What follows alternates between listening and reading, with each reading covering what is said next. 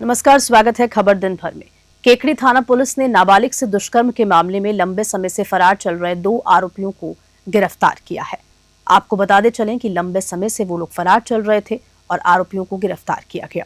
थाना अधिकारी कुसुमलता ने बताया कि मुखबिर की सूचना पर 10 मई को भागचंद कुमावत और धनराज कुमावत को कुमावतों का नया गांव से डिटेन किया गया। पूछताछ के बाद दोनों आरोपियों को 11 मई को न्यायालय में पेश किया। न्यायालय ने आरोपी भागचंद को केंद्रीय कारागृह भेजने का आदेश दिया, जबकि धनराज को पुलिस रिमांड पर लिया गया ताकि आगे की पूछताछ और अनुसंधान जारी रखा जा सके। केकड़ी से राकेश चौधरी की रिपोर्ट।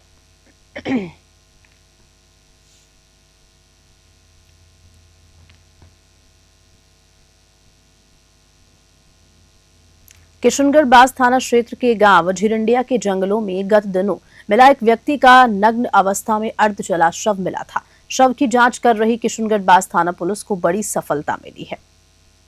खैरथल तिजारा एसपी मनीष कुमार ने आज किशनगढ़ बास थाने पर प्रेस वार्ता कर ब्लाइंड मर्डर का खुलासा किया। उक्त कार्रवाई में किशनगढ़ बास थाना पुलिस के रघुवर गुर्जर कांस्टेबल की विशेष भूमिका रही। बता दें कि एसपी मनीष कुमार का कहना है कि आरोपियों की झिरंडिया गांव में रिश्तेदारी है और यहां उनका आना जाना लगा रहता था, इसलिए उन्होंने पहचान छुपाने के लिए झिरंडिया गांव के खेत में युवक को केमिकल डालकर जलाया था। इस पूरी घटना में अन्य शामिल आरोपियों की तलाश जारी है। किशनगढ़ बास से विजय सिंह की रिपोर्ट।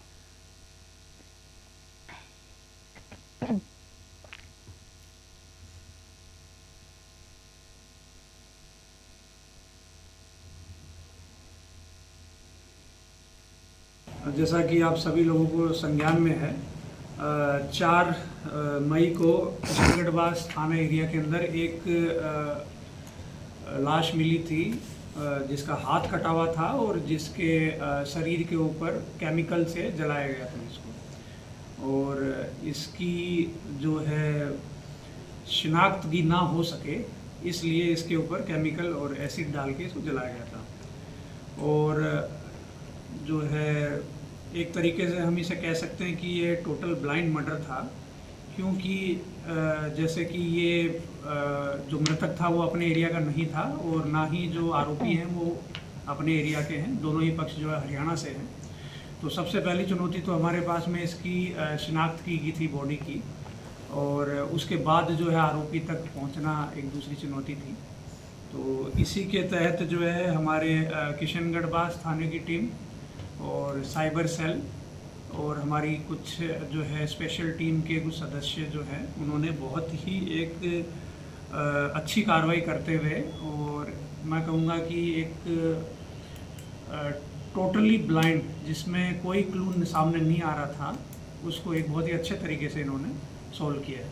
और अभी हमने 2 आरोपियों को गिरफ्तार कर लिया है और बाकी अन्य आरोपी जो हैं वो भी हमारे रेडार पे।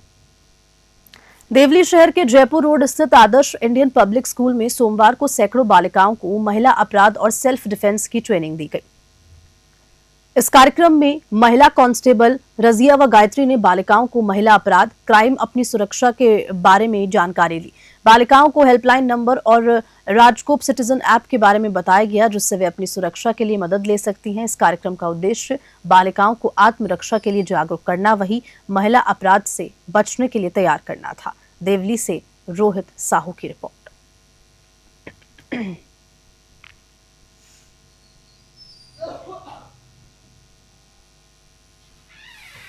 सांचौर के धमाड़ा गांव की सरहद में नेशनल हाईवे 68 पर बन रहे जिला अस्पताल के निर्माण में ठेकेदार की लापरवाही सामने आई।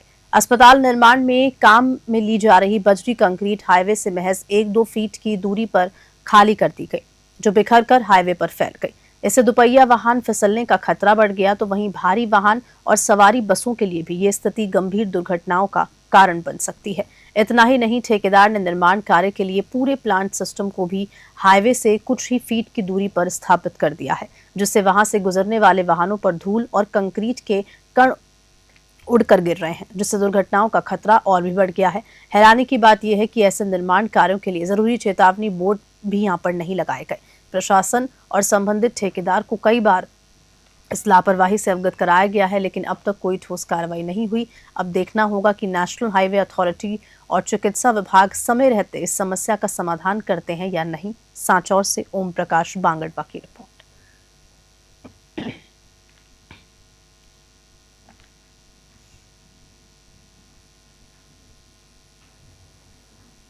डीग जिले के ग्राम नारायण कट्टा निवासी रेंजर देवेंद्र चौधरी की सच्चाई सवाई माधोपुर के रणथंभौर में टाइगर के हमले में मौत हो गई। इस घटना के बाद सोमवार को वन मंत्री संजय शर्मा और विधायक डॉक्टर शैलेश सिंह ने शोक संतप्त परिवार से मुलाकात की और संवेदना प्रकट की। इस दौरान जिला कलेक्टर उत्सव कौशल भी उपस्थित रहे।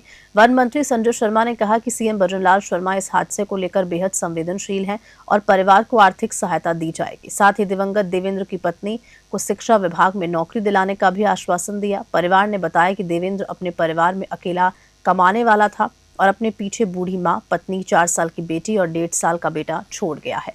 डीग से पंकज शर्मा की रिपोर्ट। जहाँ विशेष रूप से हमारे टाइगर रिजर्व से राज्य सरकार और जो हमारे वन अधिकारी हैं, वन कर्मचारी हैं, सतर्क होकर काम करते हैं और निश्चित रूप से उनकी पहली प्राथमिकता होती है कि वन्य जीवों की सुरक्षा, वन्य क्षेत्र की सुरक्षा। उस काम को हमारे वन अधिकारी और वन कर्मचारी बखूबी कर रहे हैं। जो कल रणथंभौर में घटना घटित हुई है, निश्चित रूप से बहुत दुखद और दर्दनाक घटना है। देवेंद्र जी की क्षतिपूर्ति तो हम नहीं कर सकते। आज मैं और हमारे विधायक महोदय परिवार से मिले हैं, हमने संबल प्रदान किया है। हम उनकी क्षतिपूर्ति तो नहीं कर सकते, लेकिन परिवार को हमने विश्वास दिया है कि एक बेटे के नाते, जिस प्रकार देवेंद्र जी उनके बेटे थे, एक बेटे के नाते हम उनके हर सुख दुख में सक्रिय भागीदारी निभाएंगे और जो भी आर्थिक सहायता राज्य सरकार से अधिक मिलेगी उसके लिए हम पूरा प्रयास करेंगे। परिवार ने एक इच्छा जाहिर करी है कि जो देवेंद्र जी की धर्मपत्नी है, जो MA BEd है, वो वन विभाग में नौकरी की बजाय उनको शिक्षा विभाग में दी जाए। मुख्यमंत्री जी का विशेषाधिकार है, मुख्यमंत्री जी संवेदनशील हमारे मुख्यमंत्री हैं। निश्चित रूप से हम दोनों जाकर उनसे बात करेंगे और उनकी धर्मपत्नी को शिक्षा विभाग में नौकरी मिले, इसका पुरजोर तरीके से प्रयास करेंगे। कि नहीं है तो मेरा खुद का परिवार ही है। देवेंद्र जी मेरे बहुत करीबी रिश्तेदार थे और जो क्षतिपूर्ति इस परिवार की हुई है उसको किसी भी कंडीशन में पूरा नहीं किया जा सकता। देवेंद्र जी बड़े ही जिम्मेदार और बहुत कम उम्र से उन्होंने परिवार की जिम्मेदारी अपनी संभाल ली थी, तो परिवार के लिए अपूर्णीय क्षति है। उनकी माताजी जो एक वृद्ध महिला हैं, उनके लिए इससे बड़ा संकट का समय, उनकी पत्नी के लिए इससे बड़ा संकट का समय कुछ नहीं हो सकता। लेकिन आज हमारे बीच में परिवार का ढाढ़स बंधाने आए हैं वन मंत्री संजय शर्मा जी और माननीय मुख्यमंत्री जी खुद इस बात को लेकर काफ़ी संवेदनशील हैं। उन्होंने कल ही मेरे को फ़ोन पर निर्देशित किया था परिवार से मिलने के लिए। तो निश्चित तौर पर जैसी परिवार की मांग है कि उनकी पत्नी जो कि MA BEd हैं, उनको शिक्षा विभाग में उनकी जगह पर नौकरी मिले, तो मुख्यमंत्री जी के विशेषाधिकार का ये मामला है। मैं और संजय भाई साहब दोनों मिलकर मुख्यमंत्री जी से आग्रह करेंगे और हमें पूरा भरोसा है कि वो परिवार को संबल देने के लिए हमारी मांग को पूरा करेंगे। जयपुर में अखिल भारतीय ब्राह्मण महासभा राजस्थान द्वारा परशुराम जयंती और महासभा का भव्य सम्मान समारोह आयोजित किया गया। इस कार्यक्रम की अध्यक्षता प्रदेश अध्यक्ष डॉक्टर चंद्रशेखर शर्मा ने की, जिसमें समाज सेवा और संगठन में उत्कृष्ट कार्यों के लिए कई विप्र कुलभूषणों को सम्मानित किया गया।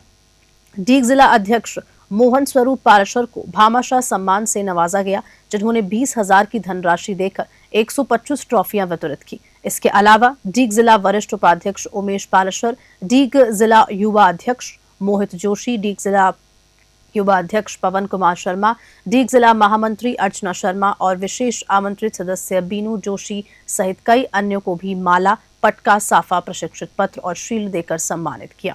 इस कार्यक्रम में डीग, करौली, धौलपुर, सवाई माधोपुर, डूंगरपुर समेत कई जिलों के पदाधिकारी और सदस्य उपस्थित रहे, जिससे माहौल बेहद उत्साहपूर्ण और गरिमामय बना रहा। डीग से पंकज शर्मा की रिपोर्ट।